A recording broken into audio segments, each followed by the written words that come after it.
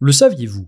Toto Wolff serait un grand fan des films d'horreur, et hier, il a décidé de regarder en direct la présentation de la RB20, la nouvelle voiture de Red Bull. Il a certainement été pris d'effroi en voyant ce monstre débarquer sur son écran, et quelque chose me dit que ça a dû être le cas de l'ensemble de ses collègues sur la grille. En général, on ne s'attend pas à grand chose d'une présentation de Red Bull. Ils utilisent le même jeu de couleurs depuis Louis XVI, et la voiture qu'ils affichent est très souvent la même que l'année précédente, avec quelques sponsors supplémentaires à droite à gauche. Sauf que cette fois-ci, Christian Horner et son équipe ont décidé de casser leur propre code. Ils nous ont dévoilé une voiture où des changements dans la philosophie de développement sont clairement visibles. Et disons-le, ça a été une vraie surprise pour tout le monde. Une surprise parce que Red Bull n'a pas l'habitude de procéder de cette façon, mais aussi parce que les changements sont assez radicaux. Vous avouerez que c'est intriguant pour une écurie qui sort d'une saison comme celle-ci, où ils ont produit la monoplace la plus dominante de l'histoire, statistiquement parlant. Aujourd'hui dans cette vidéo, on va analyser les changements effectués par Red Bull sur cette monoplace, et on aura également un mot rapide sur tout ce qui se passe autour de Christian Horner, parce qu'on a entendu pas mal de choses contradictoires ces derniers jours. C'est parti. Red Bull a choisi sa base de Milton Keynes pour présenter sa nouvelle monoplace. Au contraire de sa petite sœur qui avait fait le déplacement à Las Vegas, c'est dans un environnement sensiblement plus sobre qu'on a pu découvrir leur Challenger pour la saison à venir. C'est la 20e monoplace produite par l'écurie depuis leur arrivée en Formule 1, et pour l'occasion, il y avait notamment un film sur leur moment de gloire, avec bien sûr Sebastian Vettel et Max Verstappen en vedette. Ensuite est venu le moment tant attendu. La RB20 a été dévoilée en compagnie de Christian Horner et de ses deux pilotes. Alors avant toute chose, il faut prendre en considération que la voiture présentée à Milton Keynes ne sera sans doute pas la même que celle à Bahreïn. C'est toujours comme ça. Chaque écurie va faire des ajustements pendant les essais, et ils chercheront à cacher leur jeu le plus longtemps possible. Pour Red Bull, la voiture présente à Milton Keynes et celle dévoilée sur leur canal de communication n'est même pas la même. Alors restons prudents sur les enseignements à en tirer. Pour autant, il convient d'étudier cette nouvelle monoplace, parce qu'elle présente de vraies différences par rapport à son prédécesseur. Et ça va peut-être vous paraître surprenant, mais on retrouve un petit côté Mercedes sur cette voiture. Les flèches d'argent sont souvent moquées pour leurs résultats récents, parce qu'ils n'ont clairement pas été à la hauteur de Red Bull. Mais comme quoi, même en ayant une voiture aussi forte que la RB19, ça ne les empêche pas de regarder ce qui se fait bien ailleurs, et tous les concepts développés par Mercedes ne sont certainement pas achetés à la poubelle. On observe des entrées d'air verticales au niveau des pontons, et qui dit ça dit forcément Mercedes. C'est un concept qu'ils ont mis en place dans la première version de la W14, et dont Ferrari s'est également inspiré pour la SF23. Alors attention, on est quand même loin de la voiture zéro ponton de Mercedes. Ils ne pousseront pas le développement aussi loin qu'eux. Considérez plutôt ça comme une adaptation de leur idée, qui doit s'intégrer à ce qu'ils font de très bien déjà à ce niveau-là. Ça va aussi leur permettre de mieux positionner certains éléments de la voiture, le système de refroidissement en particulier. On note également une inspiration de Mercedes sur la couverture du moteur. L'inclinaison vers l'arrière est sensiblement plus importante que sur la RB19. Et ça c'est un détail super intéressant, parce que ça remplit plusieurs tâches importantes. Bon, vous savez comment fonctionne le flux d'air, ça arrive sur l'avant de la voiture et ça ressort par l'arrière. Eh bien la gestion de ce flux est absolument fascinante en Formule 1. Certains composants ont besoin d'air froid pour bien fonctionner le temps d'une course, par exemple le système de récupération d'énergie, ou encore pas mal d'éléments de groupe moteur. Mais à côté de ça, d'autres éléments doivent garder une température plus élevée sous contrôle pour conserver une performance optimale. C'est le cas du turbo par exemple, et donc il y a un équilibre à trouver entre fraîcheur et chaleur. Les ajustements de Red Bull sur le capot moteur vont permettre une meilleure gestion du flux d'air, mais également une disposition plus cohérente de tout un tas d'éléments qui doivent améliorer la performance. Les sorties de refroidissement juste en dessous ont légèrement évolué, mais ce qui m'intéresse davantage, c'est le plancher. Red Bull a fait en sorte de ne pas dévoiler trop de détails à ce niveau-là, laissant suggérer qu'ils ont dû trouver une bonne petite innovation et qu'ils n'ont certainement pas envie de partager ça avec la concurrence pour l'instant. D'ailleurs, je ferai une vidéo sur ce qu'il faut regarder aux essais de Bahreïn, et ça en fera partie probablement. Autre élément intéressant, le nez de la voiture, qui est plus long que celui de la RB19. Ça va optimiser le flux d'air encore une fois, et sans doute apporter un peu de stabilité à l'avant. Ça n'a l'air de rien, mais c'est une vraie différence par rapport aux autres, qui ont pour la plupart cherché à diminuer sa taille. Red Bull au contraire explore de nouveaux concepts aérodynamiques, ils n'hésitent pas à s'éloigner de leurs propres idées. Alors rien ne dit que tout cela fonctionne, mais ça reflète qu'ils évoluent vraiment dans une autre catégorie.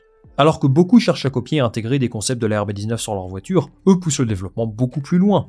Au final, si Red Bull n'a pas encore tout dévoilé sur sa monoplace, on peut déjà constater qu'ils ont produit une voiture qui tranche radicalement avec leurs fondamentaux de la saison dernière. Si tout se met en place comme ils l'espèrent, ça peut donner un banger comme on dit. Et très honnêtement, pour amener un peu plus de suspense le dimanche, on espère que les autres écuries seront à la hauteur de leur développement.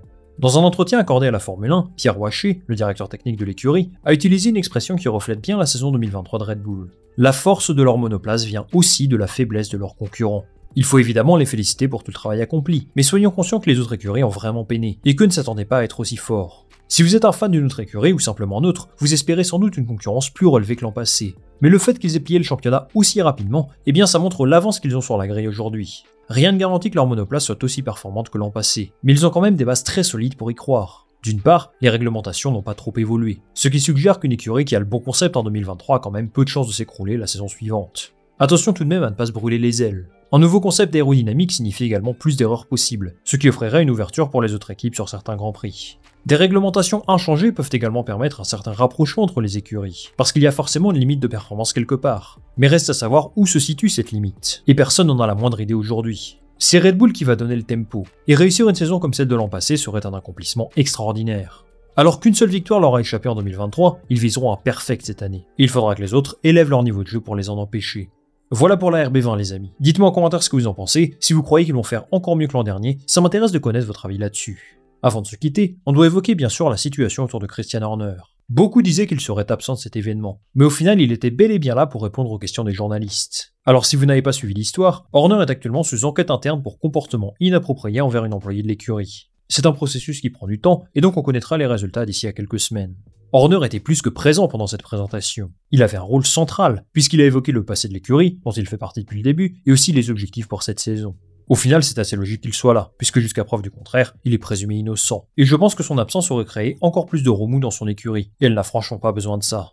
On devrait donc voir Christian Horner à Bahreïn la semaine prochaine, à moins que Red Bull décide de l'écarter au profit de quelqu'un d'autre, histoire de ne pas avoir ton team principal qui peut quitter l'écurie au bout de quelques grands prix. Attendons de voir comment tout cela se déroule, mais Horner lui avait plutôt l'air confiant quant au fin mot de toute cette histoire. Toute cette procédure n'est certainement pas une bonne chose pour Red Bull, et plusieurs médias soupçonnent en fait des tensions internes profondes entre Helmut Marko, Jos Verstappen et la direction de Red Bull d'un côté, et Christian Horner de l'autre. C'est peut-être vrai, mais je trouve que c'est trop tôt pour parler de ça, parce qu'il y a quand même une ou plusieurs victimes potentielles dans cette histoire, et c'est ça le problème principal aujourd'hui. Quelle que soit l'issue, Red Bull traverse aujourd'hui une période compliquée, et qui ne peut pas être bénéfique d'un point de vue structurel. Évidemment, ça peut avoir des conséquences sur le sportif, parce que Christian Horner est en place depuis 20 ans quasiment, et ça marque profondément la façon dont fonctionne une équipe.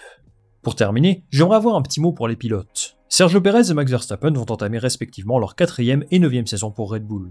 Il n'y a pas grand chose à dire sur Verstappen, qui sort d'une saison extraordinaire, et qui est l'immense favori pour aller décrocher un 4e titre de champion du monde, comme Alain Prost et Sébastien Vettel. Si la voiture fonctionne, je ne vois vraiment pas ce qui pourrait l'empêcher de le faire. Sergio Pérez de son côté a son destin entre ses mains. Mine de rien, 4 saisons chez Red Bull c'est énorme, mais là on sent quand même que la fin de la collaboration approche à grands pas.